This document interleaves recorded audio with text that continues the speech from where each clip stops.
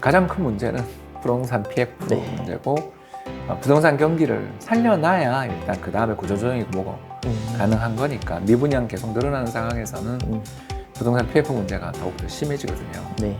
이 정도를 갖고 나라가 어떻게 된다라고 말하는 건 일단 선동이죠. 네. 그건 뭐 선동이고요. 다만 이게 이제 악순환이 벌어질 수 있다라는 건 동의해요. 왜냐하면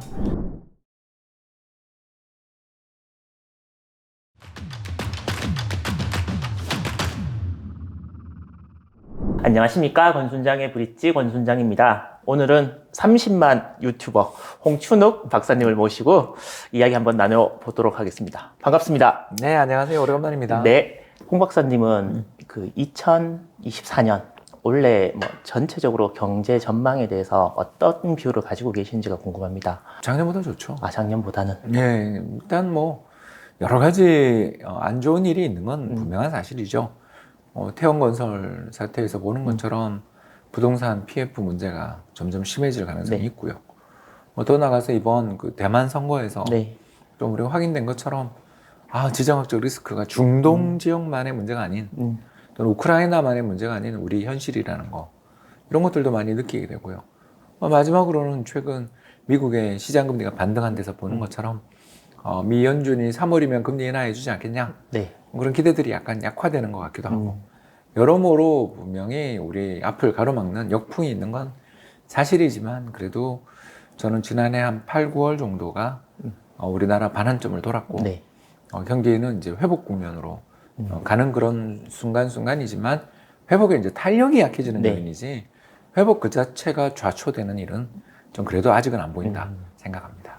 알겠습니다. 삼성전자 실적이 발표되고 난 다음에 반도체가 회복이 돼서 우리나라 수출을 견인하면서 경제 회복이 될 것이다 라는 의견이 되게 많았는데 실적이 저렇게 나오고부터 야 저거 아직 올해도 힘든 거 아니야 뭐 이런 의견을 또 피력하시는 분도 계시더라고요. 그 점에 대해서는 어떻게 생각하십니까? 예, 저는 우리나라 4분기 실적은 신뢰를 안 하겠다. 밀어내기 실적? 예, 그럴 수도 있고 또 뭐 빅베스를 하는 예. 경우들도 많고, 그래서 실적을 보고 투자하시는 분들한테는 4분기 실적 보고 투자하는 건 좀 문제가 있습니다. 우리는 1분기나 2분기, 3분기 실적은 확실히 그때그때의 어떤 경제 상황을 잘 반영하는 실적이라고 볼 수 있지만, 네.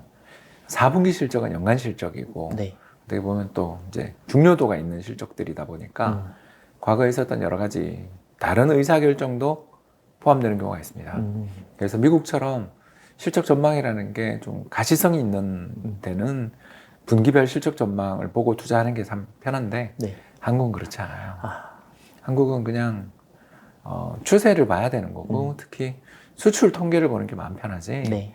분기 실적에 일희일비해가지고는 큰 추세를 잡기 어려운 그런 상황이라고 좀 저는 보고 있습니다. 알겠습니다. 그러면 미국의 금리 인하 시점을 빠르면 3월부터다. 많게는 6번까지도 된다. 이렇게 얘기했는데 그런 이야기들이 조금 수면 아래로 가라앉고 있는 것 같은 분위기인데요. 홍 박사님께서는 몇 번 정도 어느 시점에 할 것인지 혹시 생각하신 부분이 있으신가요? 저는 뭐 빠르면 6월. 6월. 예, 6월이 제일 무난할 것 같고요. 하더라도 근데 네. 5월, 6월, 네. 지금 3월은 좀 너무 빠른 네. 것 같다라는 저는 생각을 가지고 있고, 그렇게 판단하는 가장 큰 이유는 그 미국의 적정금리, 그러니까 정책금리가 몇 %면 적정한지를 측정하는 수단이 테일러 룰이라는 1993년에 나온 논문이 있는데, 그 논문을 개량화해서 미국의 아틀란타 연은에서 그걸 계속 추정치를 발표해 주는데, 미국의 현재 시점에 작년 4분기 기준 적정금리는 한 5.3% 정도로 나옵니다. 그래서 지금 5.25에서 5.5니까 네. 아직은 금리 인하는 필요하지 않은 그런 상황인데, 이제 곧 그게 저는 똑똑똑똑 떨어질 거라고 봐서 네. 대략 올해 하반기 정도 되면 저는 그게 한 4.7 정도로 보이더라고요. 네. 그러니까 가정을 넣은 거지만. 예. 네, 그러면 3번 정도 금리 인하는 무난하지 않냐. 네. 그리고 그 다음 해의 추가적인 어떤 하락 가능성을 생각하면 뭐 2-3번에서 3-4번인데 저는 이제 3번이 3번. 편하다. 그리고 정책 금리는 아까 말씀드린 것처럼 지금 현재 수준에서는 적정 레벨이거든요. 적정 레벨이기 때문에 이 적정 레벨이 내려가는 걸 감안해서 미 연준이 선제적으로 대응해주면 좋지만, 저는 그렇게는 안 해줄 것 같은 게, 왜냐하면 최근에 자산 시장이 너무 좋으니까, 네. 미국 부동산이나 뭐 주식 같은 경우도 우리는 이렇게 힘들지만 거의 연초 네. 계속 오르고 있잖아요. 이런 걸 생각해 보면 연준 입장에서 굳이 금리를 신속하게 인하해서 뭔가 시장에 버블 또는 가격에 좀 급등을 유발하기보다는 좀 안정적으로 끌고 가고 싶지 않을까 그런 생각을 가지고 있기 때문에 저는 그냥 3월은 좀 가능성이 그렇게 높지 않지 않냐 생각합니다. 홍 박사님께서는 미국의 고용이 지금 어떻다고 그러니까 좋다는 분들도 있고 나쁘다는 분들도 있는데 오히려 고소득자분들은 고용을 이제 뭐 해고나 이런 것들이 많고 조금 저소득자 뭐 노동력을 필요로 하는 그런 일들은 여전히 뭐 구인난이 심하다 뭐 이런 이야기들이 있는데 그걸 이렇게 믹스해서 보면 좋은 건지 나쁜 건지 감을 잘 못 잡겠거든요. 네, 그래서 그게 이제 얼마 전 이코노미스트 특집 기사에 실린 것처럼 30년 만에 찾아온 블루 칼라의 시대라는 그 칼럼이 이제 나오게 되는 건데 간단히 말해서 AI도 나오고 또 테크 쪽에서 기업들의 해고는 아직 안 끝났기 때문에 과거처럼 고소득 일자리들이 계속 노동시장에서 수요가 증가하는 일은 지금은 좀 힘들어 보이는데 대신 그 코로나 팬데믹 때 너무 그때 사람을 많이 자르고 그 뒤에 고용이 힘들었기 때문에 사람들을 신속하게 재고용하기 어렵다는 점들을 알고 좀 여유를 두고 싶어하는 그러니까 약간 사람이 남아 돌더라도 혹시 모르는 미래를 생각해서 사람을 바로 자르기보다는 좀 두려는 그러는 게 첫 번째가 보이고요. 두 번째는 이민이 계속 유입되니까 최근에 이제 이코노미스트 기사 보니까 불법적인 이민, 그러니까 illegal immigration 그러니까 이제 뭐 관광 비자로 들어왔다가 이제 눌러 앉은 사람이라든가 또 장벽을 넘어온 사람들이 상당히 많이 크게 늘어나고 있는 중이고 이런 사람들이 노동시장에 또 저렴한 노동력들을 공급해주는 그런 면에 마지막 세 번째는 한국을 비롯한 대만, 일본 이런 수많은 아시아 기업들이 미국에 어마어마한 투자를 하고 있잖아요. 우리만 해도 북미 지역 직접 투자가 3년 연속 300억 불이 넘을 것 같아요. 우리 돈으로 한 4, 50조. 어마어마한 돈입니다. 그리고 일자리들이 되게 좋은 일자리가 미국으로 지금 수출되는 중이죠. 그렇기 때문에 그런 외국인 직접 투자 기업들에 의한 고용 증가까지 일단 점을 생각하면 임금 상승은 그렇게 가파르지 않은 그러니까 타이트한데 임금은 오르지 않지만 고용이 또 나쁜 건 아닌 그러니까 적절하게 표현하자면 골디락스 임금 상승은 많지 않지만 그래도 고용은 한 15만 건 정도 평균은 찍어주는 이 정도의 어떤 노동시장 여건이 나오는 거 아닌가 생각합니다. 뭐 미국 연준에 대한 미국 금리에 대한 이야기를 한번 해봤는데 이제 한국은행에 대해서 이제 총재님께서 최근에 뭐 6개월 정도는 뭐 금리 뭐 이런 얘기 안 꺼내는 게 맞는 것 같다라는 취지의 이야기를 하신 것 같던데 홍춘욱 박사님께서는 어떻게 우리나라 금리를 예상하고 계시는지가 좀 궁금합니다. 저는 미국보다 우리가 먼저 인하되어야 되는 게 아닌가. 왜냐하면 우리가 미국보다 경제 상황이 더 안 좋기 때문에.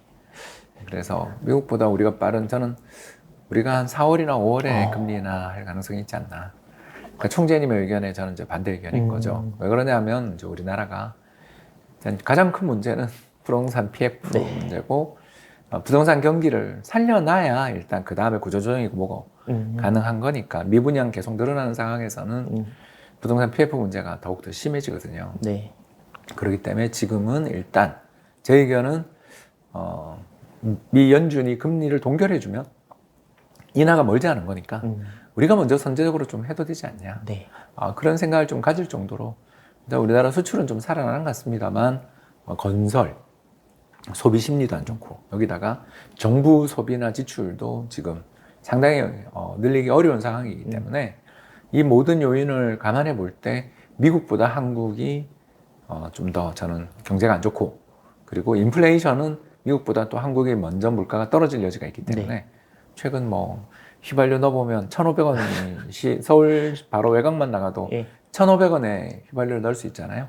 그만큼 여러 가지 면에서 물가가 떨어지는 징후가 보이고 있기 때문에 한국은행이 금리를 먼저 인하했으면 좋겠습니다. 그러면 횟수나 이런 부분도 한번 우리도 한 두세 번 정도 보고 있습니다. 그래서 우리는 한 3%나 연말에 2.75 정도 갖다 놓지 않을까 생각하고 있고 그걸 이제 지금 우리나라 채권 금리 3년 만기 국고 금리가 3.1 정도 와 있는 걸 보면 또 이런 단기 금리들은 정책 금리에 대한 기대를 반영하거든요. 그래서 한국은행의 금리가 3년 평균이 한 3.1%다라는 거를 뜻하는 거니까 네. 지금부터 금리가 동결되다가 5, 6월, 4, 5월 정도에 금리가 인하되기 시작해서 내년 하반기 정도 되면 평균 3% 정도에 있다라는 걸 시장에서는 좀 감안하고 있는 금리니까 저는 뭐 금리 한 2번 정도는 일단 시장에 지금 반영이 되는 게 아닌가 생각합니다. 최근에 코픽스 금리도 좀 내리고 뭐 그런 추세인 거는 같더라고요. 방금 부동산 이제 VF 이제 문제를 이야기하셔서 바로 한번 여쭤보려고 하는데요.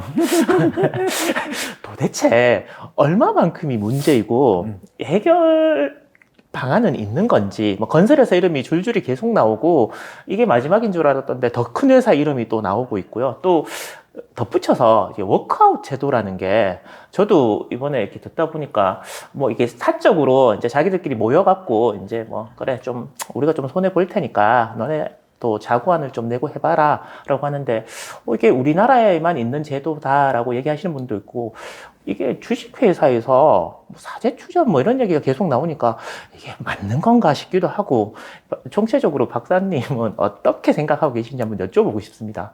네, 일단 뭐 부동산에 대한 첫 번째 이야기를 하자면 2021년이 경기가 너무 좋아서 네. 이제 그때 사업을 시작한 데가 많아요. 네, 그런데 뭐 그 사이에 집값이 작년 2022년에 서울 아파트 가격이 한 20% 빠졌다가 2023년 작년 아직 완전 연간 통계는 안 나왔습니다만 뭐 한 10% 정도 네. 반등했어요. 그러면 뭐 아직도 고점에서 한 10몇 프로 빠져 있는 거잖아요. 이 정도 빠져 있는 상황에서 거래가 잘 안 되고 그러니까 아무래도 이제 사업성이 떨어지는데 위주로 해서 미분양이 나거나 사업 추진 자체가 잘 안 되는 네. 그런 문제들이 생기는 거죠.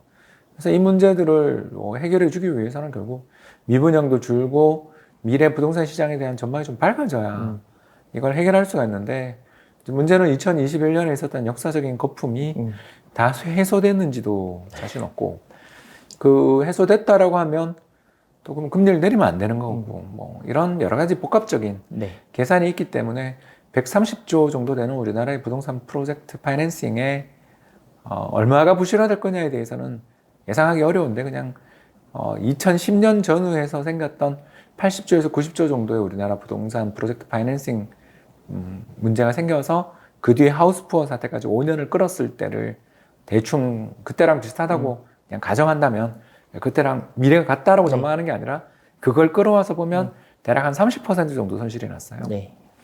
그러면 130조 중에서 한 30%면 한 40조 정도 손실이 난다라는 건데 그게 또 그때처럼 5년에 걸쳐서 이 손실이 난다고 가정하면 연 뭐 10조 정도가 네. 안 되는 건데 우리나라 1년 GDP가 2천조 원이 넘거든요.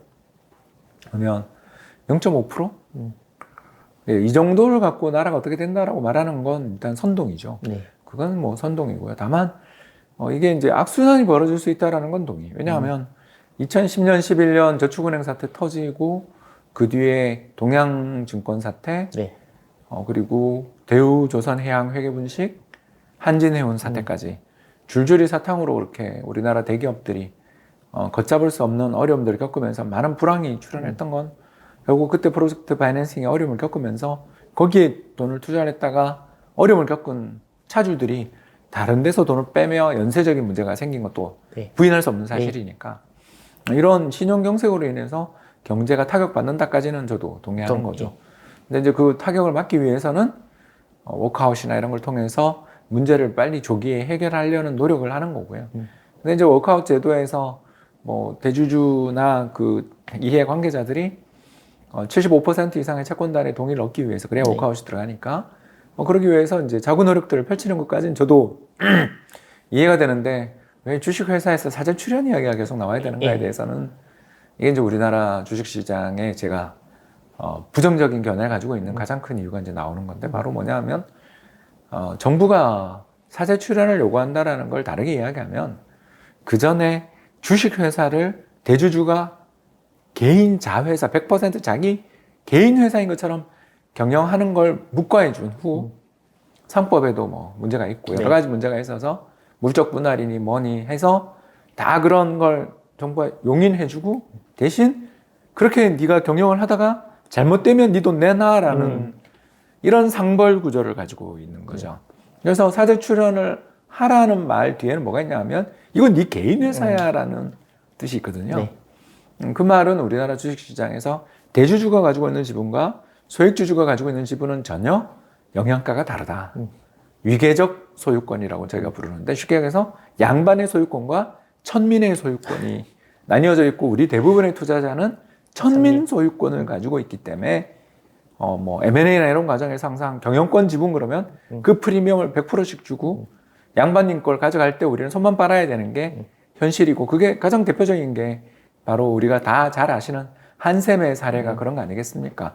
그래서 경영권 뭐 분쟁이 벌어지고 뭐가 붙어야만 잠깐 우리가 양반 행사하는 거고 사실 그조차도 대부분 백기산이 뭐 흑기산이 둘이 붙어서 하는 문제지 우리는 그걸 테마로 해서 수익이 어쩌고 저쩌고 하는 거지 공개 매수나 이런 것들도 잘 안 되는 나라다라는 걸 이번 태영의 워크아웃에서 우리는 다 확인한 거 아니냐. 따라서 우리나라 주식에 대해서는 너무 올인하면 안 되는 거고 특히 부동산도 마찬가지인 게 우리나라 부동산 시장이 뭐 잔잔하게 오르고 잔잔하게 빠지는 시절도 있었습니다만 적어도 2020년부터 2023년까지 지금 만 4년에 걸친 시간은 주식시장도 굉장히 위험하고 부동산도 그에 못지않게 가격에 버블이 쉽게 생기고 붕괴가 쉽게 발생하는 그런 아주 프레자일한 그러니까 취약한 구조의 시장이라는 걸 인정하시고 한국 원화 자산에 대한 미련을 조금 좀 버렸으면 좋겠다. 네, 그런 생각을 하는 거죠. 한국 원화 자산을 굉장히 많이 갖고 있는 사람들은 굉장히 들으면 뜨끔할 부분들이 느껴질 것 같고요. 대만 선거가 이제 막 끝나고 뭐 그걸로 인해서 뭐 중국하고 미국하고 뭐 변한 건 없다. 우리는 뭐 미국도 이제 뭐 아직까지는 조금 유화적으로 중국의 유화적인 뭐 메시지를 보내는 것 같고 그렇게 하던데요. 많은 선거들 뭐 특히 인도에서도 선거가 있고 우리나라의 총선, 미국 대선까지 쭉 이렇게 있는데 이 선거가 원래 뭐 경제 전반에 미치는 영향 이런 부분들이 있을까요? 이게 뭐 부정적이죠. 선거가 있는 해에는 큰 장은 잘 안 섭니다. 아, 네. 뭐 2016년 생각하시면 될 것 같고요. 지난 미 대선도 그랬고요. 네. 그러니까 이렇게 큰 장은 잘 안 서는데 그렇다고 해서 또 뭐 그렇게 아주 심각한 위기에 가게 되는 거는 잘 또 생각하기 어려운 게 가장 중요한 게 미국 선거지만 미국은 그 연임한 대통령의 마지막 임기 때가 네. 항상 시장의 변동성이 좀 크고 그런 편인데 그게 2016년이죠. 네. 근데 지금은 뭐 이제 바이든이 초선이었고 이제 재선 노리는 때에는 보통 현직 대통령 프리미엄이 좀 있는 네. 편이어서 이제 그래서 현직이 이긴다고들 많이 보는데 지금은 워낙 경쟁자인 전임 대통령 트럼프 인기가 네. 높으니까 그에 따른 불확실성은 사실 피할 수 없을 것 같다라고 생각하는 거고요. 그래서 뭐 경기만 보면 올해가 작년보다 낫지만 이런 여러 가지 불확실성이 있어서 작년만큼 뭐 저는 주식시장 이야기하자면 작년만큼 좋은 시장은 아니다라고 보는 쪽인 거죠. 탄력이 작년보다는 약하다. 이렇게 미국이나 우리나 다 그러지 않을까 생각합니다. 알겠습니다. 혹시 트럼프가 된다면이라는 가정에 대해서 한번 생각해 보신 적 있으신가요? 예, 그 사람 공약집에 관련돼서 뭐 다 읽어보진 못하고 되게 두꺼워요. 그래서 그 이코노미스트지에서 연간 세계경제 전망하면서 그 트럼프의 공약 분석한 기사가 있었어요. 그래서 그걸 한번 읽어봤는데 일단 뭐 IRA, 그러니까 인플레 감축법 폐기하겠다고 막. 근데 이제 그건 국회에서 하는 거라 그 사람이 그렇게 마음대로 고칠 수 있는지 모르겠는데 이제 시행령은 얼마든지 고칠 수 있으니까 아마 그 시행령이 훨씬 더 타이트해지지 않겠나. 그 보조금 조건 이런 것들이 굉장히 타이트해지거나 아마 없애려고 될 것 같고 두 번째가 태양광을 비롯한 각종 친환경 또는 신재생 에너지 관련된 투자는 거의 전면 중단될 가능성이 굉장히 높고 이 사람은 이제 석탄 화력 발전소를 재가동하겠다는 입장이니까 아마 그쪽에서는 상당한 변화가 있을 것 같고요. 그리고 그 대외 정책 면에서 이제 고립주의를 택할 가능성이 이 사람은 굉장히 높아서 아마 우크라이나 전쟁 이런데 무기나 팔아먹을 생각하지 지금처럼 이렇게 무장에 가까운 원조들은 기대하기 어렵고 또 대만과 중국 간의 관계 면에서 보더라도 대만의 직접적 지원은 안 하려고들 그 우리만 하더라도 주한미군 예산 이런 거 많이들 보조를 해야 될 거고요. 그러니까 이런 식으로 이 사람은 개입 안 하고 돈 받고 우리가 이익이 돼야만 하겠다라는 식으로 나올 가능성이 높으니까 이쪽 면에서는 상당한 지정학적 불안감들은 우리가 감내해야 될 수 있고 최악의 경우는 양안 간의 전쟁을 미국이 개입하지 않겠다는 뜻으로 만약 중국이 받아들인다면 그 가능성도 있다고 봐야 되는 거죠.